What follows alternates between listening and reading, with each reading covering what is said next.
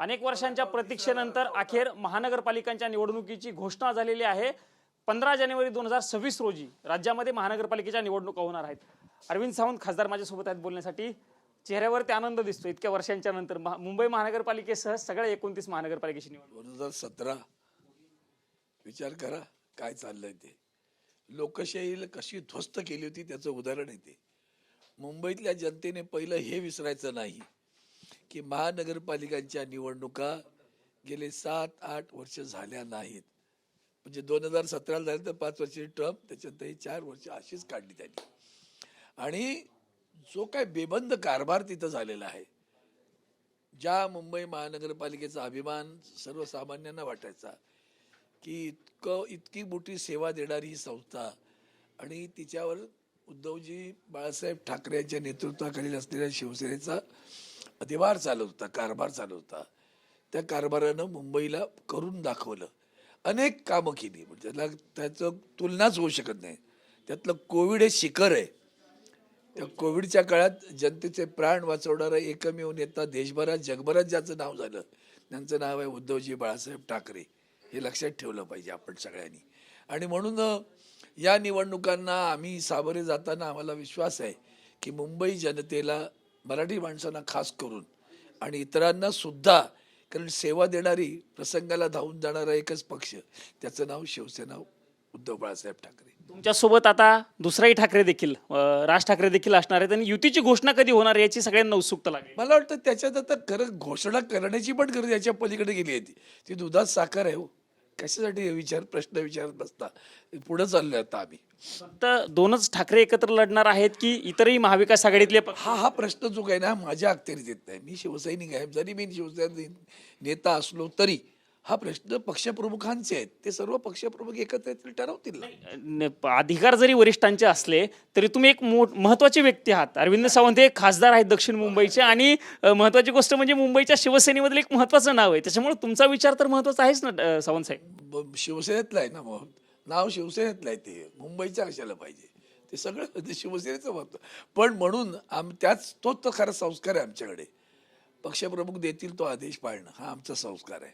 तुमची लढत हिंदू हृदय सम्राट शिवसेना प्रमुख बाळासाहेब ठाकरे, एकमेव संघटन, एकमेव पक्ष, दिलेल्या आदेशाचं पालन करणं, तो खरा निष्ठावंत शिवसैनिक।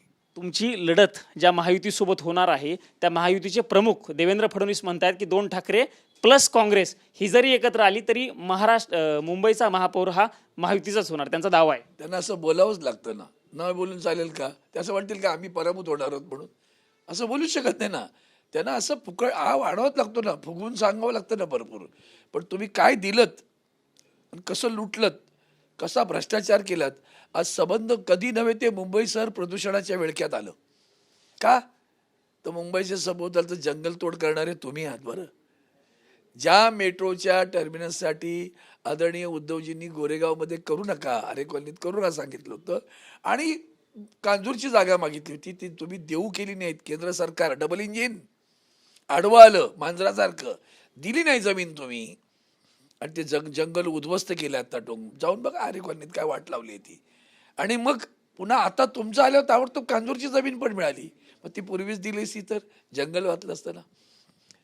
मुंबईची फुफ्फुस आहेत बरं, ती प्राणवायू देणारी, त्या फुफ्फुसावरून घाव घालणारे तुम्ही आणि मुंबईतल्या लोकांना प्राणवायू देणारे आम्ही, याच्यातला फरक कळतो ना लोकांना, आणि करून दाखवलंय। बरं, एकनाथ शिंदेच्या पक्षाकडून असा दावा केला जातोय तुमच्याकडे उमेदवारच नाहीत, कारण जे तुमचे नगरसेवक, तुम्ही सांगत होता आमचे नगरसेवक आहेत, ते बरेच नगरसेवक आता आमच्या पक्षात आले, त्यामुळे तुमच्याकडे उमेदवार नाहीत अशा पद्धतीचा दावा केला जातो। त्यामुळे विजय आमचा होईल असा दावा त्यांचा आहे। त्यांना असंच करावंच लागणार ना। बघा, विजय व्हा पराजय व्हा काही करू दे, झाले ना विजयी, विधानसभेत विजयीच आहेत ना। स्वाभिमानी आहेत का लाचार आहेत? महाराष्ट्राचा स्वाभिमान बाळगतायत की लाचारी करतायत?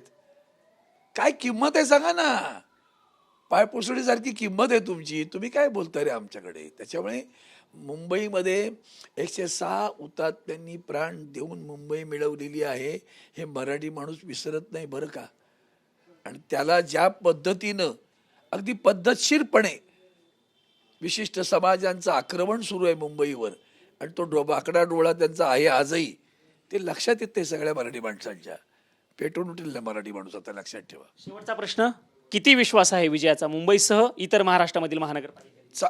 बघा, उद्धवजी ठाकरेंबद्दलचा उभ्या महाराष्ट्रात जो आदर आहे त्यांच्याबद्दलचा विश्वास आहे. विश्वास कोणावर ठेवा असं तुम्ही काढा बरं. तुम्ही महाराष्ट्रातील कुठल्या नेतृत्वावर विश्वास ठेवा असं जनतेला विचारा. धडाधड काय लिहिते ते बघा.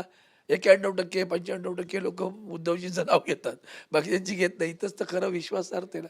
मग त्या विश्वासाला लोक साथ देतील असा विश्वास आहे. आठवतं का, लोकसभेच्या निवडणुकीनंतर विधानसभेच्या निवडणुकीत सुद्धा आम्ही जेव्हा पराभूत झालो तेव्हा सगळ्यांनी म्हटलं अनाकलनीय विजय आहे. आणि त्यावेळेला महाराष्ट्रात सन्नाटा होता, विजयी सन्नाटा, समजून घ्या. त्यामुळे आता तो घडणार नाही. आता धन्यवाद आमच्याशी बातचीत केल्याबद्दल. हे खासदार अरविंद सावंत होते. त्यांनी दावा केलाय की महाराष्ट्रासह मुंबईच्या महानगरपालिकेमध्ये देखील आमचाच विजय होईल अशा पद्धतीचा दावा करत असताना दोन्ही ठाकरे बंधूंच्या युतीची घोषणा फक्त अनौपचारिकता बाकी आहे. युतीच्या पुढे दोन्ही ठाकरे बंधू गेलेले आहेत अशा पद्धतीचं देखील महत्त्वाचं विधान खासदार अरविंद सावंत यांनी TV9 मराठीशी बोलताना केल्याचं आपल्याला बघायला मिळालं आहे. कॅमेरामन राकेश कुमार समी, प्रमोद जगताप, TV9 मराठी, नवी दिल्ली.